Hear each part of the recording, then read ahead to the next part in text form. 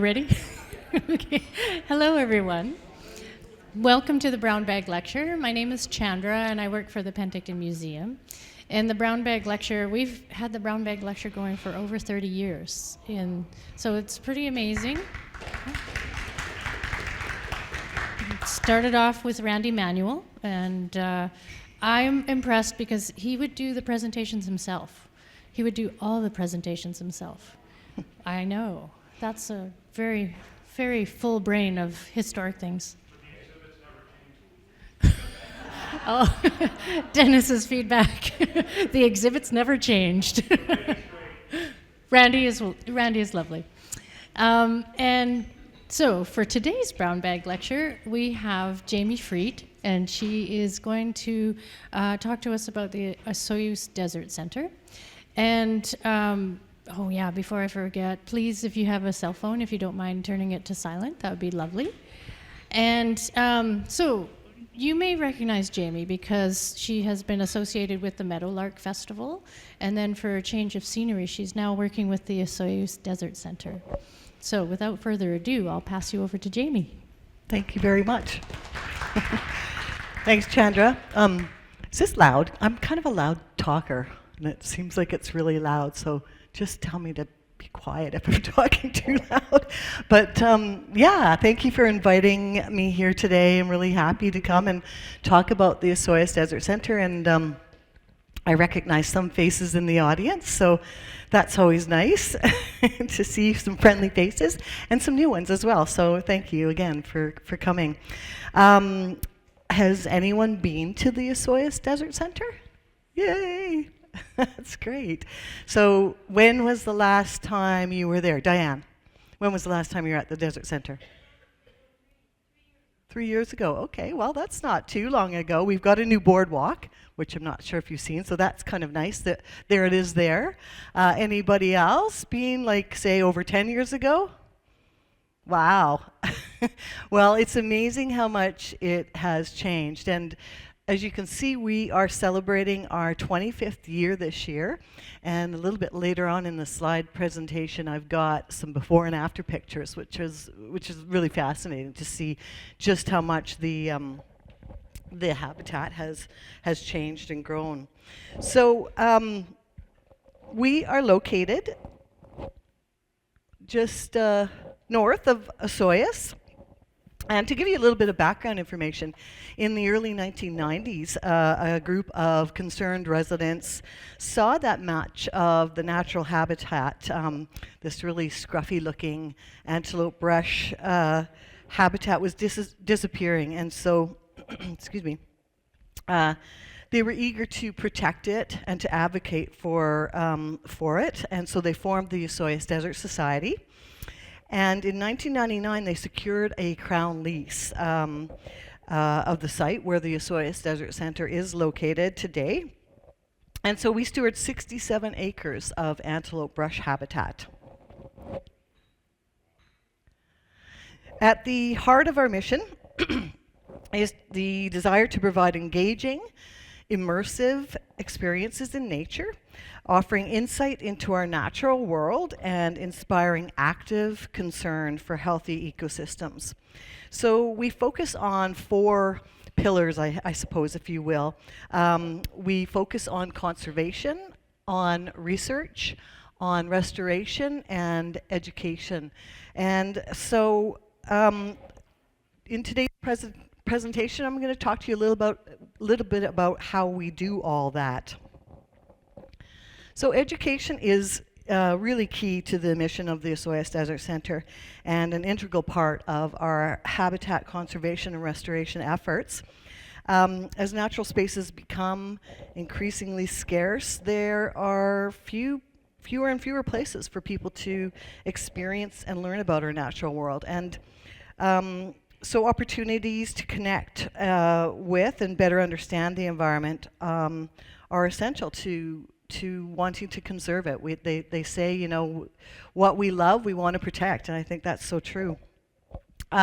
Each year we welcome, on average, 10,000 visitors So that's 250,000 people in the span of our life. So that's pretty impressive. And they come from all over the world. We have a big map set out on our deck at the Osoyoos Desert Centre with push pins, and people can stick pins where they're from. And at the end of the season, it's amazing. It's just plastered with pins from all over the place: Europe, Asia, of course, Canada, and the U.S. And so it's really exciting, and it's really exciting to talk to people as they come through when they're just, completely amazed and mesmerized by the environment out there, by the landscape.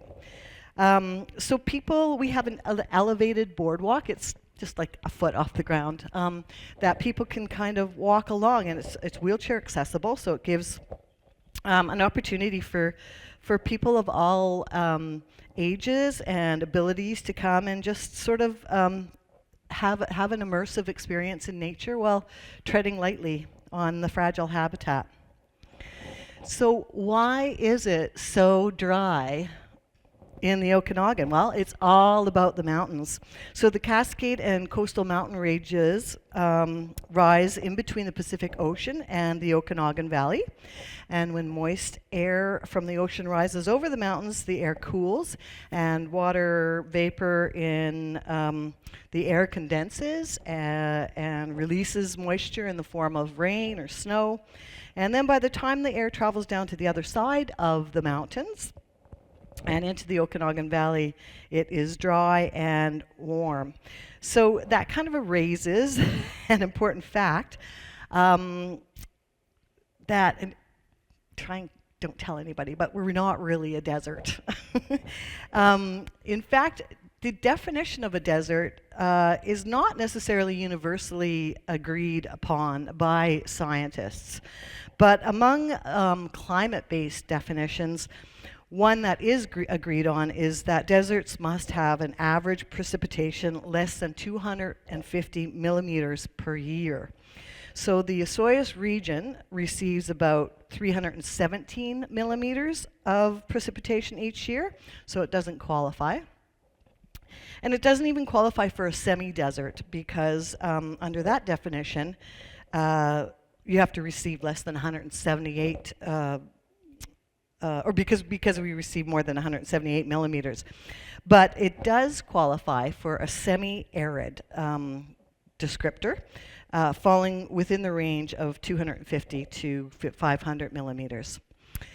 And that leads us to another very popular myth, and that is that many people think that our desert is part of the Sonoran or the Great Basin deserts, and in fact we're not. They don't come this far north. We do share similar plant and animal species with the Great Basin desert. So for example, we have the Great Basin pocket mouse that lives in our desert environment in the South Okanagan, and we have the Great Basin spadefoot that live in our desert environment. So we share some species and some plants with the Great Basin desert, but we're not part of it. So while a desert is a good marketing hook that someone thought of many years ago, it is not great science, but I think it works and it's kind of catchy. So we're sticking with it. So when it comes to deserts, what do you think about? Cactus. Yeah, we do have some cactus at the Desert Centre, prickly pear cactus. Anything else? So, lakes? Sand, absolutely. Yeah, good answers. So, of course, sand is expected in the desert, but in this ecosystem, in our antelope-brush ecosystem, it is better for the habitat when the sand is covered by lots of plants, native plants. When you see exposed sand in our desert environment, it means that this very special and crucial layer on top of the soil or the sand, called the cryptogamic crust or the biotic crust, has been damaged. And the biotic crust is extremely fragile, and when it is disturbed, it can take generations to regrow. At one stop along the boardwalk, it's kind of fun. We ask visitors to take a little bit of water from their water bottles and pour some water on the biocrust and see what happens. And it's quite remarkable. These sort of dry brown patches all of a sudden turn like a deep green or a really rich brown. Sometimes oranges you see in there, or reds. And that's because these dozens of living organisms in the cryptogamic crust are springing to life, I guess, so to speak. And the moisture, they're sucking up the moisture from the water. And the crust is made of mosses and lichens and algae and fungi and bacteria.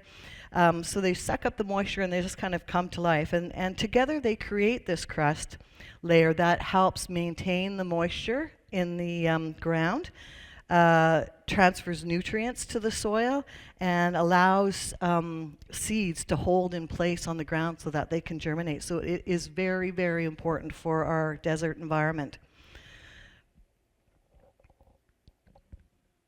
In addition to our 1.5 kilometer boardwalk trail at the center, we have an interpretive building with many interactive displays. So, for example, we have fur and skull displays where you can identify, play a little game trying to identify the fur or the skull. So that's kind of fun. We have insect displays, snake displays, bird and nest displays, and we have taxidermy of many birds and mammals, which is really, really, it's fun to watch, 5 or 6 year olds just be absolutely fascinated at seeing these critters up close.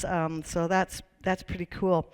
We also have a native plant demonstration garden, and this is where we spotlight native plant species. We give ideas to people who are interested in perhaps planting some native plants in their own gardens. They can sort of see what they look like.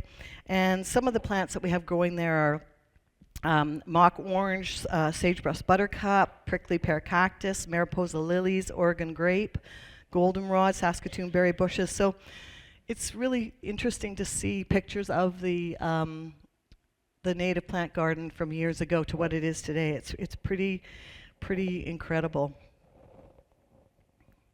So through various education initiatives like our Nature Talks series, visitors can learn about biodiversity loss, habitat connectivity and fragmentation, climate change and invasive species management, and take part in hands-on workshops like creating pollinator gardens or building bluebird nest boxes.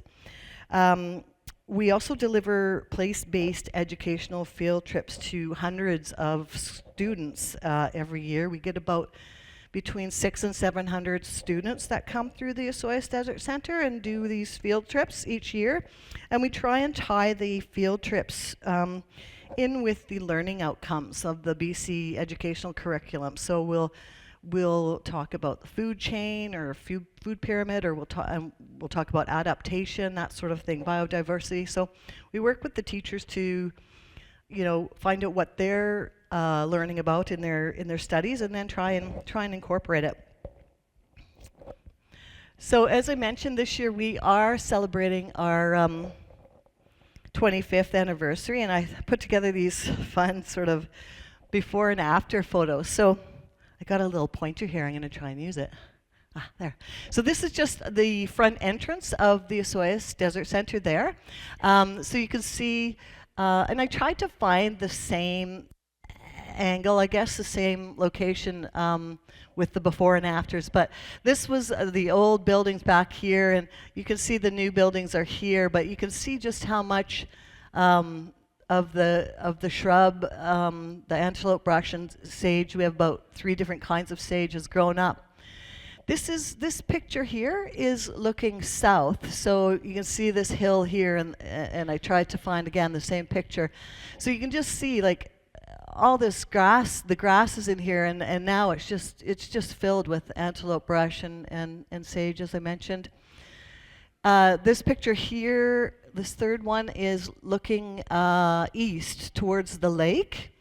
And again, like there's those mountains, so I just try to find, it's not the exact thing, but you can, again, just see how much it's grown. And this one is absolutely remarkable. This is looking back north towards the buildings, and the buildings are there, and this one you can't hardly see it because it's too small of a picture, but the buildings are sort of right there. So it's pretty impressive. The site was a former cattle grazing land, and so when the Osoyoos Desert Society took it over back in 1999, it was really just grassland, and they did plant several different species of grass out, of native grass, to try and get rid of the invasive grasses on the site, but they didn't plant any of the sage or any of the antelope brush. It just came back naturally, which is pretty incredible. So one of the theories about I guess regeneration of antelope brush has to do with the Great Basin pocket mouse. Biologists think that the pocket mouse stuffs the antelope brush seeds into its little pocket cheeks, and then takes it to spots where it will bury it for a rainy day when food is scarce, and then go back to it and find its stash, and it'll be a food source for it in the winter or whatever. But the theory is that sometimes the pocket mice forget about the stashes, and so that's when the seeds will germinate, and before long, antelope brush begins. So it's pretty incredible when you think that habitat in 25 years has come back. I think nature is resilient, and as long as we don't completely destroy it or make it disappear, I think it will help itself, to be sure. I put 2 more slides on here, just bigger pictures, so you can really see the difference, because I think this is really astounding. So there's that one, and that's that one I was telling you about. So those are the same angles, those shots. So pretty incredible in 25 years how the habitat has recovered. So what is antelope brush? I have full disclosure. I'm not a biologist or an ecologist or anything like that. So forgive me if I don't know everything about it, but I picked up a little something here or there. So antelope brush in the South Okanagan, this rare and wonderful habitat is officially called antelope brush needle and thread shrub-steppe. So there are many different types of shrub-steppes or grasslands in the South Okanagan. And as the name suggests, these habitats are dominated by different native bunch grasses, such as blue bunch or wheatgrass or needle and thread grass, sand dropseat. And they're also scattered with several types of sage. Antelope brush shrub-steppe is characterized by the large, kind of gnarly-looking antelope brush. And so that's this plant here. This is sage here. So that's the antelope brush there, and that's sort of an up-close look at it when it's in bloom. So it's dominated by the antelope brush. And in Canada, it exists only on the southern end of the Okanagan Valley, from Osoyoos up to about the southern end of Skaha Lake. There's some patches a little bit further north, but nothing really significant.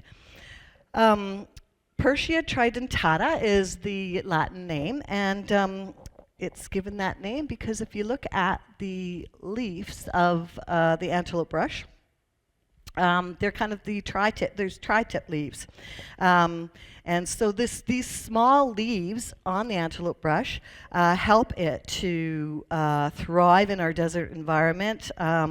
It helps it to minimize water loss through transpiration, and they're also covered in little tiny hairs, which helps reduce evaporation and also protect the plant from the intense sun. And I really like this next graphic. It's something that we have in our self-guided tour booklet. So this iceberg graphic, I think, is a really great way to compare the antelope brush's tap roots. So just like icebergs, often the majority of the bulk of an iceberg exists below the surface of the water. The antelope brush tap roots, whoopsie, didn't want to do that. The antelope brush taproot here will go down like 4 or 5 meters, so that helps it. It's adapted to our desert environment, helps it to access water, more moisture deep below the surface. Sort of a fun fact about antelope brush, go back here, is when it blooms in late April, May, depending on what the winter and spring, I guess, has been like. We might see early blossoms this year. The blossoms smell like cinnamon buns. So it's really amazing when you come out there. That's like, whoa, really delicious. So that's kind of a fun fact. So antelope brush habitat is one of Canada's most fragile and endangered ecosystems. It contains several species of plants and animals not found anywhere else in Canada, and many of those plants and animals are also endangered. So the ecosystem is globally imperiled. It's a G2 rating, which has a high risk of extinction. It's provincially red listed at S1 rating, which means that it is at risk of being lost forever. And it supports 42 species that are listed on the Species at Risk Act. So it's pretty, as far as biodiversity goes, it's pretty important habitat. And about 70% of it has been destroyed. This is a really old graphic, my apologies, but there's only, they think, about 30% left, and I think that statistic is many, many years old. So, with wildfires that have been happening, etc., chances are there's even less than 30% left. The majority of antelope brush habitat is on the Osoyoos Indian Band land, and then also Nature Trust of BC has large patches of antelope brush habitat that they protect. Just, I know there's the one just east of Vassal Lake is really important, and that one, or sections of that, burned a couple of years ago in the wildfires. So, there's just studies being done now in terms of how well does antelope brush bounce back from a wildfire. And from what I know, it's not great. It doesn't bounce back from wildfire very well. So I think that more and more, as we see more wildfires happen, I think the scientists are looking more and more into, like, is it bouncing back and that sort of thing. So yeah. That's a pretty incredible graphic, and like I said, that one from 2005 is really old now, but you can see just how much antelope brush habitat has been lost. And so yeah,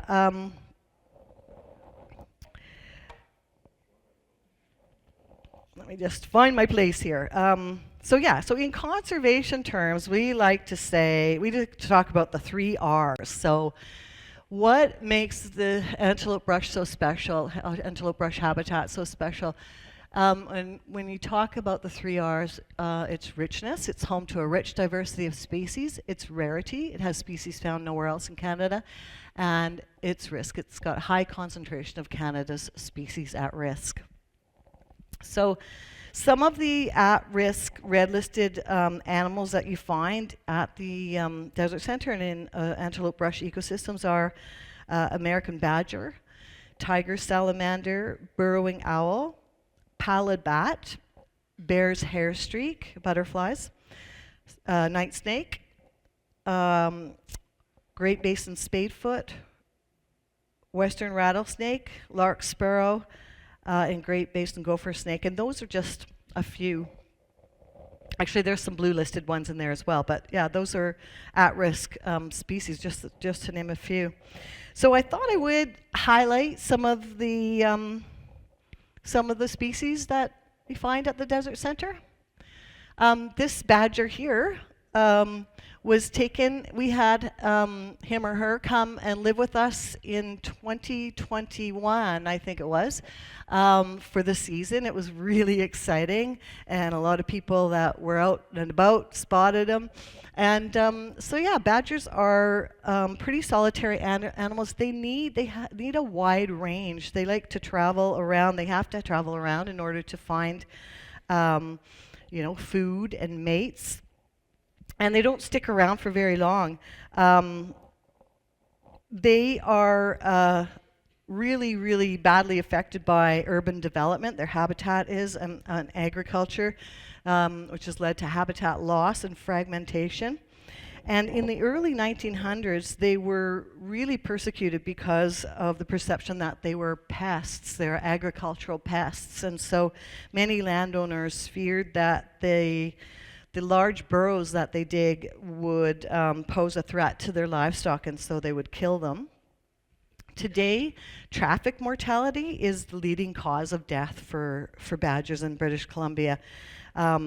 Because suitable habitat is disappearing, as I mentioned, they travel long distances to find food and shelter and potential mate. And so this huge territory that they cover means that they have to cross highways. So, not only is preventing habitat loss important, but also, maintaining these corridors is really important and will help decrease the mortality rate for badgers and other wildlife that move about. Another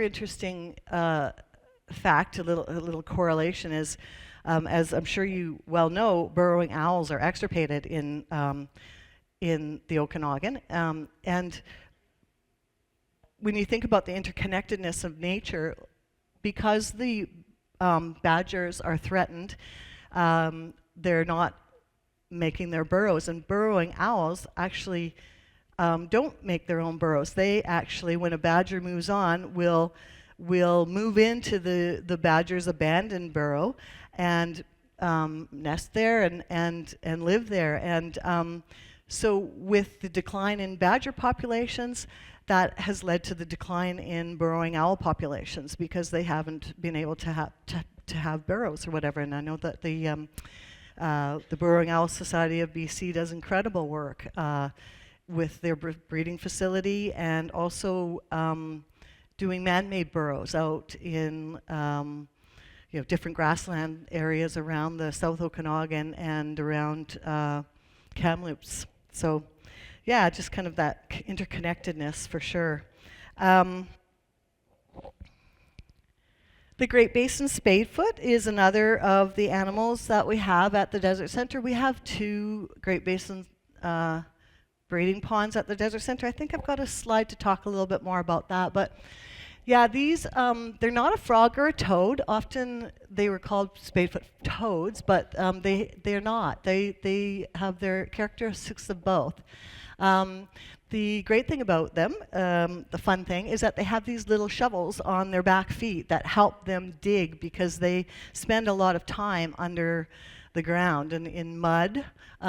They hibernate there, and they also hang out there to get away from the heat in the summer. Spadefoots will absorb moisture and water through their tummies. They drink through their tummies, and they smell like peanut butter. And this is the great thing. They have no throat muscles, so they use their eyes. When they eat, they use their eyeballs. They suck them in somehow and push the food down their stomach because they lack throat muscles. So I think that's pretty cool.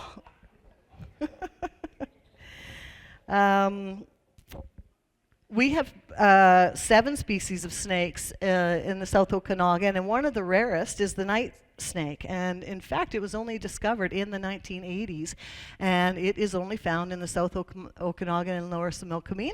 And it's estimated that there are fewer than 200 mature individuals in the South Okanagan. I've never seen one, but I know Val Blow, who now works with the Okanagan Similkameen Stewardship Society. She used to work at the Desert Centre. She actually saw one, so that's pretty cool. I think it's pretty rare to spot them. And I mentioned Bear's Hair Streak. Osoyoos Desert Centre conducts surveys each year, and sadly, we are finding fewer and fewer Bear's Hair Streak. In fact, a lot of organizations and individuals conduct Bear's Hair Streak surveys every year, and the numbers seem to be dropping. Bear's Hair Streak is an antelope-brush obligate, which means that it is completely dependent on antelope brush for its existence.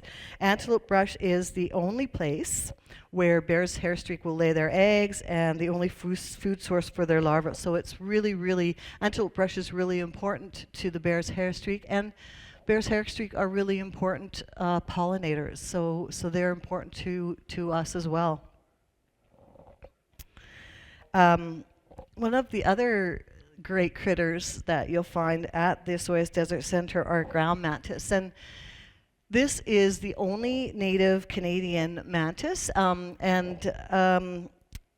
there are about 2,400 species of mantids in the world, with most of them living in the tropics. And at the Desert Centre, you'll find lots of the European praying mantis, but the ground mantids are definitely rare.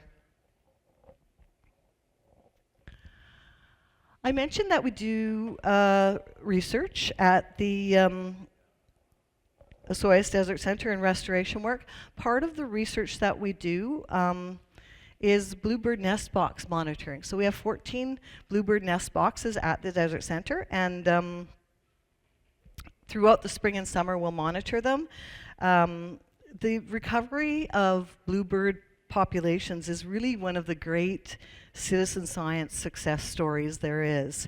You know, back in the 1970s, because bluebirds will nest in tree cavities, so when you know, landowners would see a tree that had perhaps split or looked like it was dead, they would cut it down. But in fact, bluebirds, that's where they like to nest. So again, habitat loss, their numbers started dwindling in the 1970s. And so to promote breeding, there was a citizen science program where throughout North America, this transcontinental conservation effort was put on to save the bluebirds. So bluebird nest boxes are fairly simple to construct yourself, DIY, and there's a specific design that has been created for the slot boxes for the bluebirds. So people went out, they built these nest boxes, they put them up, and today bluebirds are actually doing okay.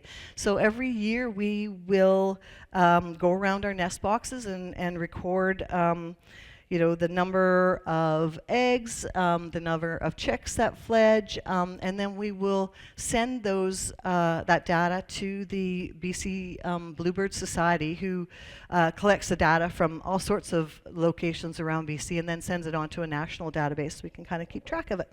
But yeah, that's a really fun success story, I think. And at the Desert Centre, it's amazing. You could sit there for hours and just watch the, you know, mom and dad bluebirds come in and out of the nest. It's really fun. They're very busy.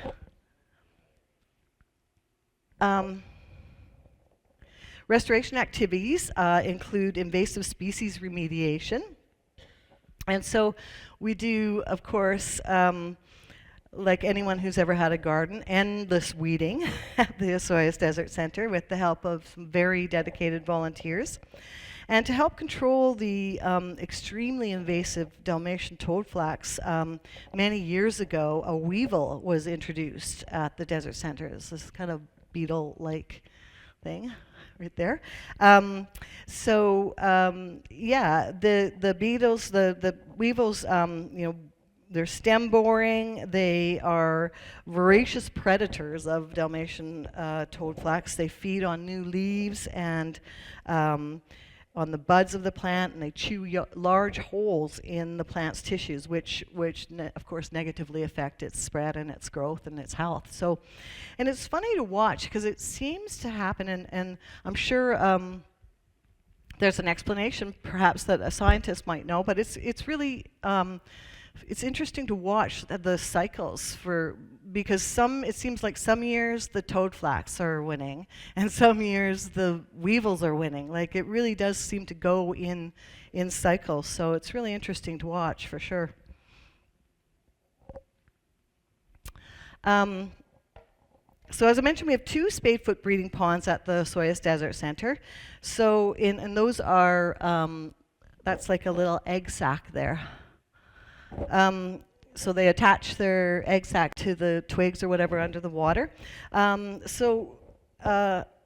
order to survive, spadefoots need 3 different types of environments. They need ponds for breeding, they need dry grasslands or open woodlands for foraging, and they need loose soil for hibernating.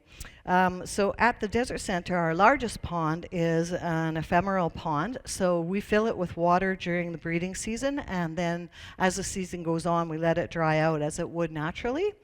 And then we also have another pond in the north end of the site that has a viewing deck and interpretive signage, so it gives visitors the opportunity to observe and learn about the spadefoot and its habitat. And it's hard to spot mature, like juvenile or adult spadefoots, but certainly in the ponds you can see the tadpoles for sure.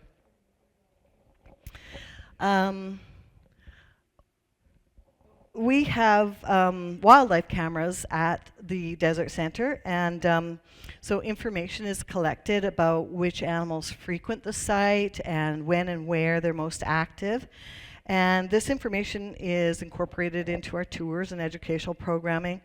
And it just increases awareness about the animals, the different animals that use the habitat.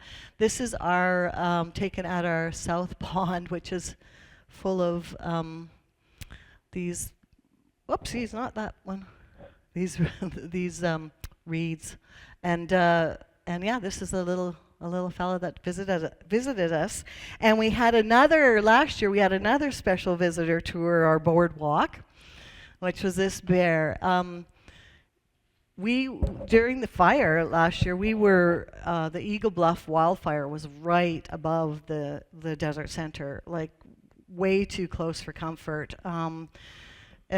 And it was really, really scary. But we had so many animals coming down to our site to get out of the fire. It was incredible. And thankfully, we didn't burn, but it was way too close for comfort. So yeah, this little guy came down for a walk. So why is this all important? We believe that protecting and conserving our natural spaces is fundamental to the ongoing strengths of our communities and our quality of life. And we believe learning about our natural history gives people a sense of belonging, and it incites a greater understanding of our place as human beings in this world. So that is why it's all important. This is another great old picture of the site when it was first acquired. So you can just see again the grassland habitat and how different it is today. So yeah, it's up to us to protect and preserve this special place for future generations. And if you want any ideas about how you might get involved, you can get involved with Osoyoos Desert Centre or any conservation organization in your area. Most, if not all, conservation organizations are nonprofit charities, and so it's always good to have help, either through donations or memberships or volunteering, or in the case for the Osoyoos Desert Centre, visit us. It's a really great place, and I do hope that you come out and visit us this summer. So that's about all I have. Thank you very much for coming. I'll try and answer some questions. The new one? That's composite decking. We received a grant from the provincial government for the boardwalk. It sure is. It's about 5,000 feet of lumber. Yeah, the new boardwalk. The old boardwalk was like 23 years old, and it was just deteriorating. It was wood, and every year it was getting harder and harder to repair it and to keep up with those repairs financially and also just in terms of like labor. So it couldn't have come at a better time. Our board, when they knew that the boardwalk needed to be replaced, we're sort of estimating $1 million that it would cost for the boardwalk. It came in with the composite decking at about $830,000. So we received a grant from the provincial government for that, which is incredible. Sure.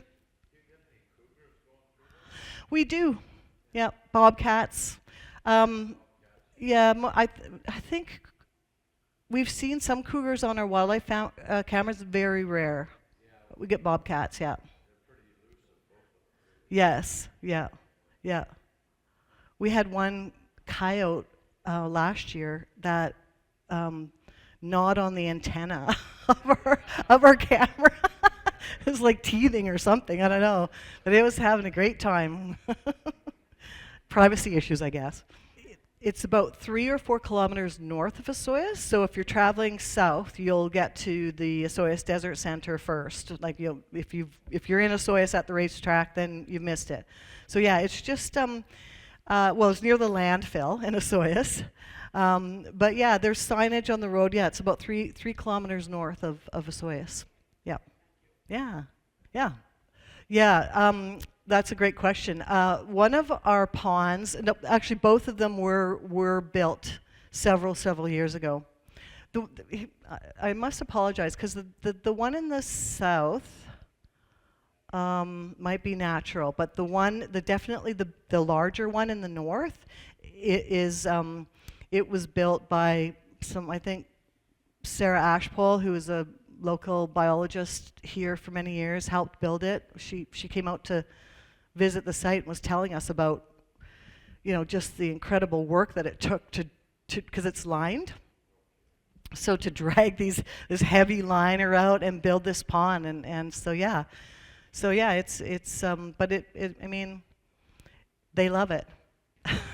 The Spadefoot love it. So fun. We plan to open this year, April 27th, Saturday, April 27th. So antelope-brush blooms like late April sometimes, but normally in May. I mean, it's been like an incredibly dry and warm winter, and so it might be early. But yeah, I think that's usually when it blooms, like early May. But we'll if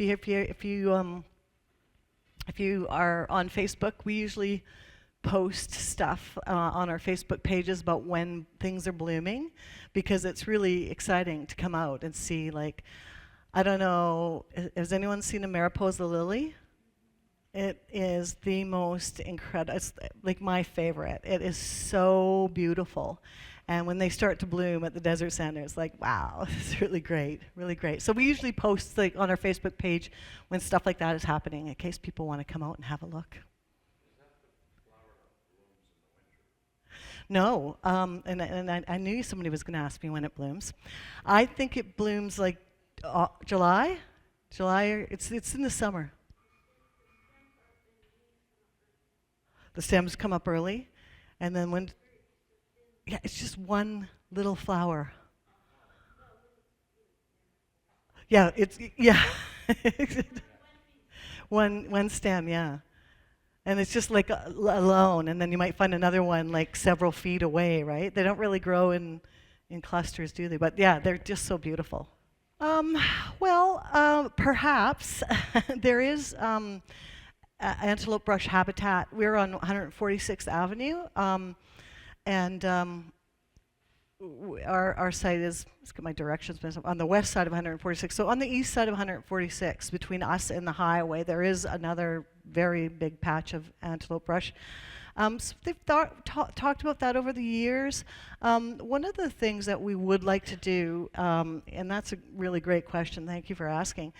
One of the things that we'd like to do at the Osoyoos Desert Centre in the next few years is really try and improve on visitor experiences. And so our boardwalk is wheelchair accessible, but we need to make we need to do a better job of making our parking lot more accessible, our pathways more accessible. We have an old, like one of those old buildings that you saw in the olden days pictures, we still use as our restoration trailer, and it also has a washroom in it. And just a couple of years ago, we had to just pull the roof and all the walls, get it just down to the studs because it was so rodent infested. And so, you know, definitely new accessible washroom facilities, you know, better barrier-free wayfaring around the site, you know, a barrier-free communications and technology. Would like to improve on that.